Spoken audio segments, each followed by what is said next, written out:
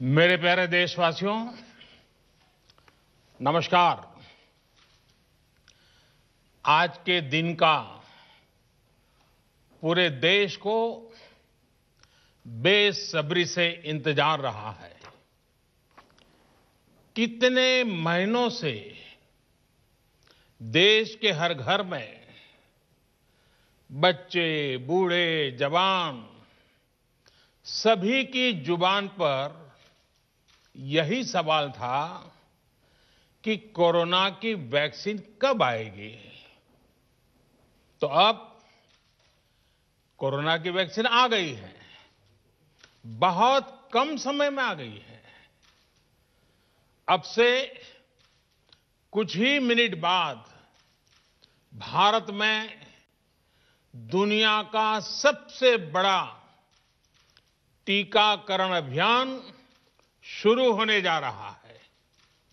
मैं सभी देशवासियों को इसके लिए बहुत बहुत बधाई देता हूं।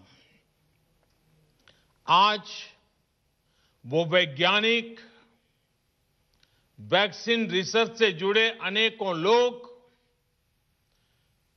विशेष रूप से प्रशंसा के हकदार हैं, जो बीते कई महीनों से कोरोना के खिलाफ वैक्सीन बनाने में जुटे थे, दिन रात जुटे थे। न उन्होंने त्योहार देखा है, न उन्होंने दिन देखा है, न उन्होंने रात देखी है। आमतौर पर एक वैक्सीन बनाने में बरसों लग जाते हैं, लेकिन इतने कम समय में एक नहीं, दो मेड इन इंडिया वैक्सीन तैयार हुई है। इतना ही नहीं, कई और वैक्सीन पर भी काम तेज गति से चल रहा है। ये भारत के सामर्थ्य, भारत की वैज्ञानिक दक्षता, भारत के टैलेंट का जीता जागता सबूत है। ऐसी ही उपलब्धियों के लिए राष्ट्रकवि रामधारी सिंह दिनकर जी ने कहा था, मानव जब जोर लगाता है, पत्थर पानी बन जाता है। भाइयों और बहनों, भारत का टीकाकरण अभियान बहुत ही मानवीय और महत्वपूर्ण सिद्धांतों पर आधारित है। जिसे सबसे ज्यादा जरूरी है, उसे सबसे पहले कोरोना का टीका लगेगा। जिसे कोरोना संक्रमण का रिस्क सबसे ज्यादा है, उसे पहले टीका लगेगा। जो हमारे डॉक्टर्स हैं, नर्सेस हैं, अस्पताल में सफाई कर्मी हैं, मेडिकल, पैरामेडिकल स्टाफ हैं, वो कोरोना की वैक्सीन के सबसे पहले हकदार हैं। चाहे वो सरकारी अस्पताल में हो या फिर प्राइवेट में, सभी को ये वैक्सीन प्राथमिकता पर लगेगी। इसके बाद उन लोगों को टीका लगाया जाएगा जिन पर जरूरी सेवाओं और देश की रक्षा या कानून व्यवस्था की जिम्मेदारी है। जैसे हमारे सुरक्षा बल हो गए, पुलिसकर्मी हो गए, फायर ब्रिगेड के लोग हो गए, सफाई कर्मचारी हो गए, इन सभी को ये वैक्सीन प्राथमिकता पर लगेगी। और मैंने जैसा पहले भी कहा है, इनकी संख्या करीब करीब 3 करोड़ होती है। इन सभी के वैक्सीनेशन का खर्च भारत सरकार द्वारा उठाया जाएगा।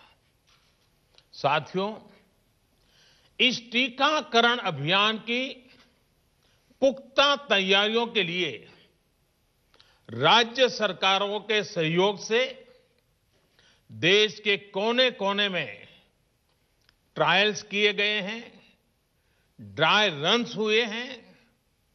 विशेष तौर पर बनाए गए कोविन डिजिटल प्लेटफॉर्म में टीकाकरण के लिए रजिस्ट्रेशन से लेकर ट्रैकिंग तक की व्यवस्था है।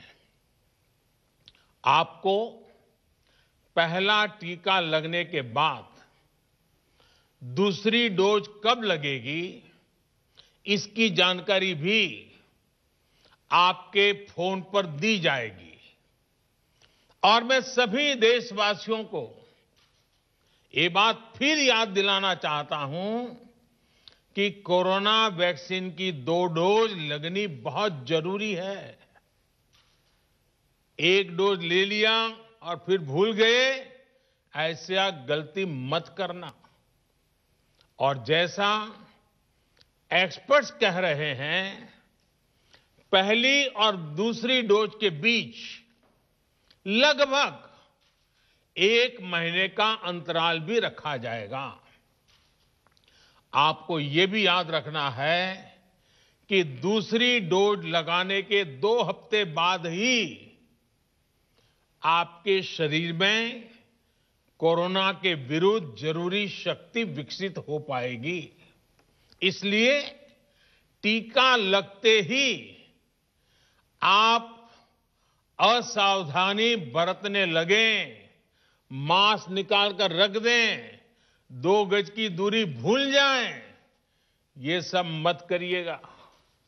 मैं प्रार्थना करता हूं, मत करिएगा। और मैं आपको एक और चीज बहुत आग्रह से कहना चाहता हूं।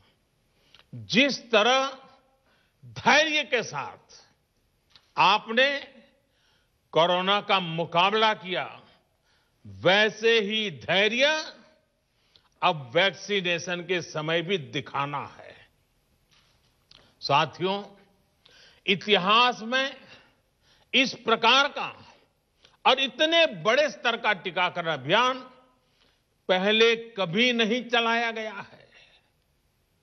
ये अभियान कितना बड़ा है, इसका अंदाज आप सिर्फ पहले चरण से ही लगा सकते हैं।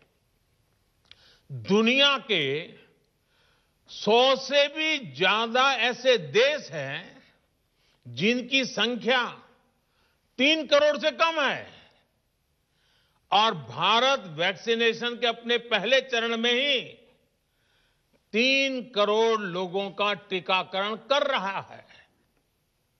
दूसरे चरण में हमें इसको 30 करोड़ की संख्या तक ले जाना है। जो बुजुर्ग हैं, जो गंभीर बीमारी से ग्रस्त हैं, उन्हें वो अगले चरण वाले चरण में टीका लगेगा। आप कल्पना कर सकते हैं, 30 करोड़ की आबादी से ऊपर के दुनिया के सिर्फ 3 ही देश हैं, खुद भारत, चीन और अमेरिका। और कोई भी देश ऐसा नहीं है जिनकी आबादी इनसे ज्यादा हो। इसलिए भारत का टीकाकरण अभियान इतना बड़ा है, और इसलिए ये अभियान भारत के सामर्थ्य को दिखाता है। और मैं देशवासियों को एक और बात कहना चाहता हूं। हमारे वैज्ञानिक, हमारे एक्सपर्ट्स जब दोनों मेड इन इंडिया वैक्सीन की सुरक्षा और प्रभाव को लेकर आश्वस्त हुए, तभी उन्होंने इसके इमरजेंसी उपयोग की अनुमति दी है। इसलिए देशवासियों को किसी भी तरह के प्रोपेगेंडा, अफवाहें, दुष्प्रचार से बचकर रहना है।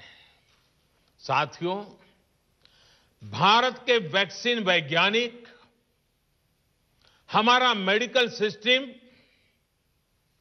भारत की प्रक्रिया की पूरे विश्व में बहुत विश्वसनीयता है और पहले से है। हमने ये विश्वास अपने ट्रैक रिकॉर्ड से हासिल किया है। मेरे प्यारे देशवासियों, हर हिंदुस्तानी इस बात का गर्व करेगा कि दुनिया भर के करीब 60% बच्चों को जो जीवन रक्षक टीके लगते हैं वो भारत में ही बनते हैं। भारत की सख्त वैज्ञानिक प्रक्रियाओं से ही होकर के गुजरते हैं। भारत के वैज्ञानिकों को और वैक्सीन से जुड़ी हमारी विशेषज्ञता पर दुनिया का ये विश्वास made in India corona vaccine में और मजबूत होने वाला है। इसकी कुछ और खास बातें हैं जो आज मैं देशवासियों को जरूर बताना चाहता हूं। ये भारतीय वैक्सीन विदेशी वैक्सीनों की तुलना में बहुत सस्ती हैं और इनका उपयोग भी उतना ही आसान है। विदेश में तो कुछ वैक्सीन ऐसी हैं जिसकी एक डोज 5,000 रुपया तक में है और जिसे -70 डिग्री तापमान में फ्रीज में रखना होता है। -70 डिग्री। वहीं भारत की वैक्सीन्स ऐसी तकनीक पर बनाई गई हैं जो भारत में बरसों से ट्राइड और टेस्टेड है। ये वैक्सीन स्टोरेज से लेकर ट्रांसपोर्टेशन तक भारतीय स्थितियों और परिस्थितियों के अनुकूल है। यही वैक्सीन अब भारत को कोरोना के खिलाफ लड़ाई में निर्णायक जीत दिलाएगी। साथियों, कोरोना से हमारी लड़ाई आत्मविश्वास और आत्मनिर्भरता की रही है। इस मुश्किल लड़ाई से लड़ने के लिए हम अपने आत्मविश्वास को कमजोर नहीं पड़ने देंगे। ये प्रण हर भारतीय में दिखाई दिया है। संकट कितना ही बड़ा क्यों न हो, देशवासियों ने कभी आत्मविश्वास खोया नहीं। जब भारत में कोरोना पहुंचा तब देश में कोरोना टेस्टिंग की एक ही लैब थी। हमने अपने सामर्थ्य पर विश्वास रखा और आज 2300 से ज्यादा लैब्स का नेटवर्क हमारे पास है। शुरुआत में हम mask, PPE kit, testing kits, ventilators जैसे जरूरी सामान के लिए भी विदेशों पर निर्भर थे। आज इन सभी सामानों के निर्माण में हम आत्मनिर्भर हो गए हैं और इनका निर्यात भी कर रहे हैं। आत्मविश्वास और आत्मनिर्भरता की इसी ताकत को हमें टीकाकरण के इस दौर में भी सशक्त कर रहा है। साथियों, महान तेलुगु कवि श्री गुराजाड़ा अप्पा राव ने कहा था, सौंत लाभम कौंत मानुको, सौंत लाभ कौंत मानुको, पौरु गुवाडिकी तोड़ू पाड़बोए, देश मंटे मट्टी कादोई, देश मंटे मनुष्य लोय। यानी हम दूसरों के काम आए, ये निस्वार्थ भाव हमारे भीतर रहना चाहिए। राष्ट्र सिर्फ मिट्टी, पानी, कंकड़, पत्थर से नहीं बनता, बल्कि राष्ट्र का अर्थ होता है हमारे लोग। कोरोना के विरुद्ध लड़ाई को संपूर्ण देश ने इसी भावना के साथ लड़ा है। आज जब हम बीते साल को देखते हैं तो एक व्यक्ति के रूप में, एक परिवार के रूप में, एक राष्ट्र के रूप में हमने बहुत कुछ सीखा है, बहुत कुछ देखा है, जाना है, समझा है। आज भारत जब अपना टीकाकरण अभियान शुरू कर रहा है तो मैं उन दिनों को भी याद कर रहा हूं। कोरोना संकट का वो दौर जब हर कोई चाहता था कि कुछ करें, लेकिन उसको उतने रास्ते नहीं सूझते थे। सामान्य तौर पर बीमारी में पूरा परिवार बीमार व्यक्ति की देखभाल के लिए जुट जाता है, लेकिन इस बीमारी ने तो बीमार को ही अकेला कर दिया। अनेकों जगह पर छोटे छोटे बीमार बच्चों को मां से दूर रहना पड़ा। मां परेशान रहती थी, मां रोती थी, लेकिन चाहकर भी कुछ कर नहीं पाती थी। बच्चे को अपनी गोद में नहीं ले पाती थी। कहीं बुजुर्ग पिता अस्पताल में अकेले अपनी बीमारी से संघर्ष करने को मजबूर थे। संतान चाहकर भी उसके पास नहीं जा पाती थी। जो हमें छोड़कर चले गए, उनको परंपरा के मुताबिक वो विदाई भी नहीं मिल सकी जिसके वो हकदार थे।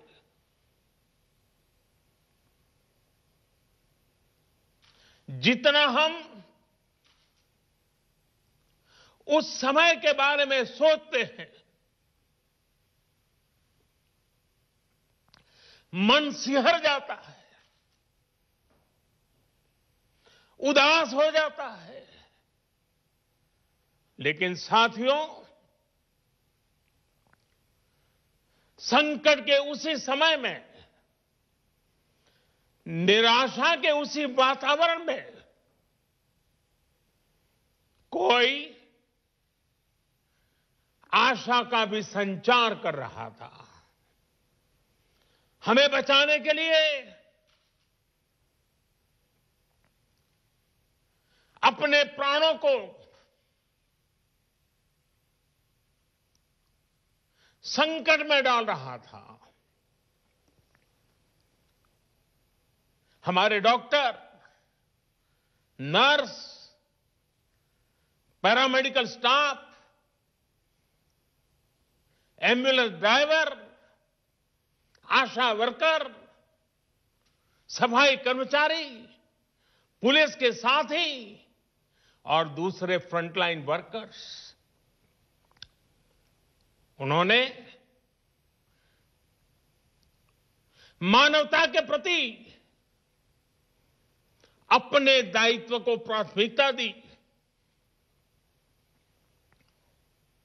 इनमें से अधिकांश तब अपने बच्चों, अपने परिवार से दूर रहे, कई कई दिन तक घर नहीं गए।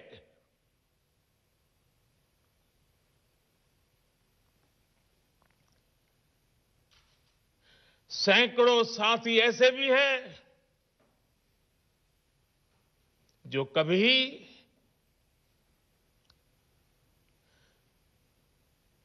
घर वापस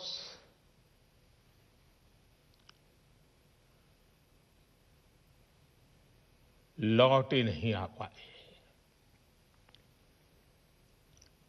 उन्होंने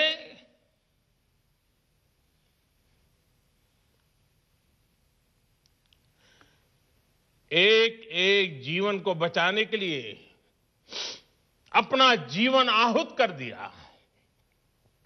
इसलिए आज कोरोना का पहला टीका स्वास्थ्य सेवा से जुड़े लोगों को लगाकर एक तरह से समाज अपना ऋण चुका रहा है।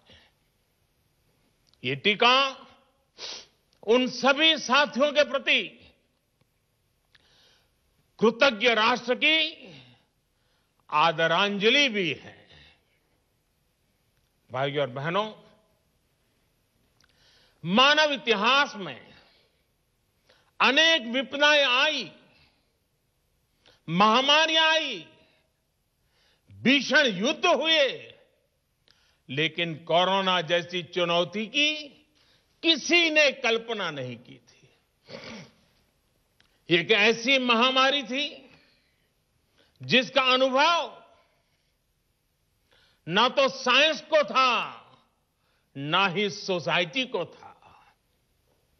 तमाम देशों से जो तस्वीरें आ रही थी, वो खबरें आ रही थी, वो पूरी दुनिया के साथ साथ हर भारतीय को विचलित कर रही थी।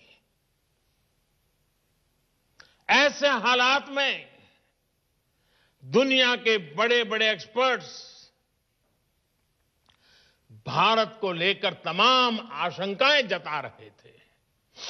लेकिन साथियों, भारत की जिस बहुत बड़ी आबादी को हमारी कमजोरी बताया जा रहा था, उसको ही हमने अपनी ताकत बना दिया। भारत ने संवेदनशीलता और सहभागिता को लड़ाई का आधार बनाया। भारत ने 24 घंटे सतर्क रहते हुए, हर घटनाक्रम पर नजर रखते हुए सही समय पर सही फैसले लिए। 30 जनवरी को भारत में कोरोना का पहला मामला मिला, लेकिन इसके 2 सप्ताह से भी पहले भारत एक हाई लेवल कमिटी बना चुका था। पिछले साल आज का ही दिन था जब हमने बाकायदा सर्वेलांस शुरू कर दिया था। 17 जनवरी 2020 वो तारीख थी जब भारत ने अपनी पहली एडवाइजरी जारी कर दी थी। भारत दुनिया के उन पहले देशों में से था जिसने अपने एयरपोर्ट्स पर यात्रियों की स्क्रीनिंग शुरू कर दी थी। साथियों, कोरोना के खिलाफ लड़ाई में भारत ने जैसी इच्छा शक्ति दिखाई है, जो साहस दिखाया है, जो सामूहिक शक्ति का परिचय करवाया है, वो आने वाली अनेक पीढ़ियों के लिए प्रेरणा का काम करेगा। याद कीजिए, जनता कर्फ्यू कोरोना के विरुद्ध हमारे समाज के संयम और अनुशासन का भी परीक्षण था, जिसमें हर देशवासी सफल हुआ। जनता कर्फ्यू ने देश को मनोवैज्ञानिक रूप से लॉकडाउन के लिए तैयार किया। हमने ताली, थाली और दिया जलाकर देश के आत्मविश्वास को ऊंचा रखा। साथियों, कोरोना जैसे अनजान दुश्मन जिसके एक्शन रिएक्शन को बड़े बड़े सामर्थ्यवान देश नहीं भांप पा रहे थे, उसके संक्रमण को रोकने का सबसे प्रभावी तरीका ही यही था कि जो जहां है वो वहीं रहे। इसलिए देश में लॉकडाउन का फैसला भी किया गया। यह निर्णय आसान नहीं था, इतनी बड़ी आबादी को घर के अंदर रखना असंभव है, इसका हमें एहसास था। और यहां तो देश में सब कुछ बंद होने जा रहा था, लॉकडाउन होने जा रहा था। इसका लोगों की रोजी रोटी पर क्या प्रभाव पड़ेगा, अर्थव्यवस्था पर क्या प्रभाव पड़ेगा, इसका आकलन भी हमारे सामने था। लेकिन देश ने जान है तो जहान है के मंत्र पर चलते हुए प्रत्येक भारतीय का जीवन बचाने को सर्वोच्च प्राथमिकता दी। और हम सभी ने ये देखा है कि कैसे तुरंत ही पूरा देश, पूरा समाज इस भावना के साथ खड़ा हो गया। अनेकों बार छोटी छोटी लेकिन महत्वपूर्ण चीजों की जानकारी देने के लिए मैंने भी अनेक बार देशवासियों के साथ सीधा संवाद किया। एक तरफ जहां गरीबों को मुफ्त भोजन की व्यवस्था की गई, तो वहीं दूध, सब्जी, राशन, गैस, दवा ऐसी जरूरी चीजों की सुचारू आपूर्ति सुनिश्चित की गई। देश में व्यवस्थाएं ठीक से चले, इसके लिए गृह मंत्रालय ने 24/7 कंट्रोल रूम शुरू किया, जिस पर हजारों कॉल्स का जवाब दिया गया, लोगों को समाधान दिया गया। साथियों, कोरोना के विरुद्ध इस लड़ाई में हमने कदम कदम पर दुनिया के सामने उदाहरण प्रस्तुत किया है। ऐसे समय में जब कुछ देशों ने अपने नागरिकों को चीन में बढ़ते कोरोना के बीच छोड़ दिया था, तब भारत चीन में फंसे हर भारतीय को वापस लेकर आया। और सिर्फ भारत के ही नहीं, हम कई दूसरे देशों के नागरिकों को भी वहां से वापस निकाल करके लाए। कोरोना काल में वंदे भारत मिशन के तहत 35 लाख से ज्यादा भारतीयों को विदेशों से भारत लाया गया। मुझे याद है, एक देश में जब भारतीयों को टेस्ट करने के लिए मशीनें कम पड़ रही थी, तो भारत ने पूरी टेस्टिंग लैब यहां से वहां भेज करके उसको वहां सजाया, लगाया, ताकि वहां से भारत आ रहे लोगों को टेस्टिंग की दिक्कत ना हो। साथियों, भारत ने इस महामारी से जिस प्रकार से मुकाबला किया, उसका लोहा आज पूरी दुनिया मान रही है। केंद्र और राज्य सरकारें, स्थानीय निकाय, हर सरकारी संस्थान, सामाजिक संस्थाएं कैसे एकजुट होकर बेहतर काम कर सकते हैं, ये उदाहरण भी भारत ने दुनिया के सामने रखा। इसरो, डीआरडीओ, फौज से लेकर किसानों और श्रमिकों तक सभी एक संकल्प के साथ कैसे काम कर सकते हैं, ये भारत ने दिखाया है। 2 गज की दूरी और मास्क है जरूरी, उस पर फोकस करने वालों में भी भारत अग्रणी देशों में रहा। भाइयों और बहनों, आज इन्हीं सब प्रयासों का परिणाम है कि भारत में कोरोना से होने वाली मृत्यु की दर कम है और ठीक होने वालों की दर बहुत अधिक है। देश के कई जिले ऐसे हैं जहां एक भी व्यक्ति को हमें कोरोना की वजह से खोना नहीं पड़ा। इन जिलों में हर व्यक्ति कोरोना से ठीक होने के बाद अपने घर पहुंचा है। बहुत से जिले ऐसे भी हैं जहां बीते 2 सप्ताह से कोरोना संक्रमण का एक भी केस नहीं आया है। जहां तक कि लॉकडाउन के से प्रभावित अर्थव्यवस्था की रिकवरी में भी भारत दुनिया में आगे निकल रहा है। भारत उन गिने चुने देशों में है जिसने मुश्किल के बावजूद दुनिया के 150 से ज्यादा देशों में जरूरी दवाएं और जरूरी मेडिकल सहायता पहुंचाई। पैरासीटामोल हो, हाइड्रोक्सी क्लोरोक्विन हो, टेस्टिंग से जुड़ा सामान हो, भारत ने दूसरे देश के लोगों को भी बचाने की हर संभव कोशिश की। आज जब हम अपनी वैक्सीन बना ली है, तब भी भारत की तरफ दुनिया आशा और उम्मीद की नजरों से देख रही है। हमारा टीकाकरण अभियान जैसे जैसे आगे बढ़ेगा, दुनिया के अनेक देशों को हमारे अनुभव का लाभ मिलेगा।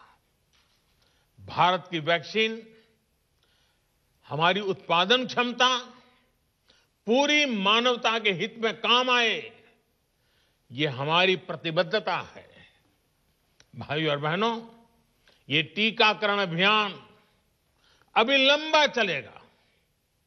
हमें जन जन के जीवन को बचाने में योगदान देने का मौका मिला है और इसलिए इस अभियान से जुड़ी प्रक्रिया को,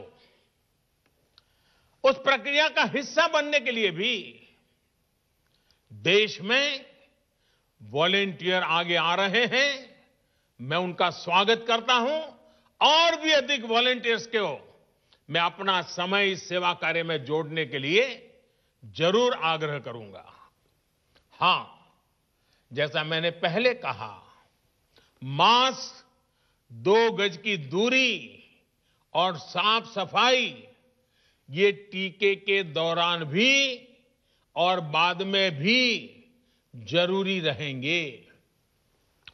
टीका लग गया तो उसका अर्थ ये नहीं कि आप कोरोना से बचाव के दूसरे तरीके छोड़ दें। अब हमें नया प्रण लेना है।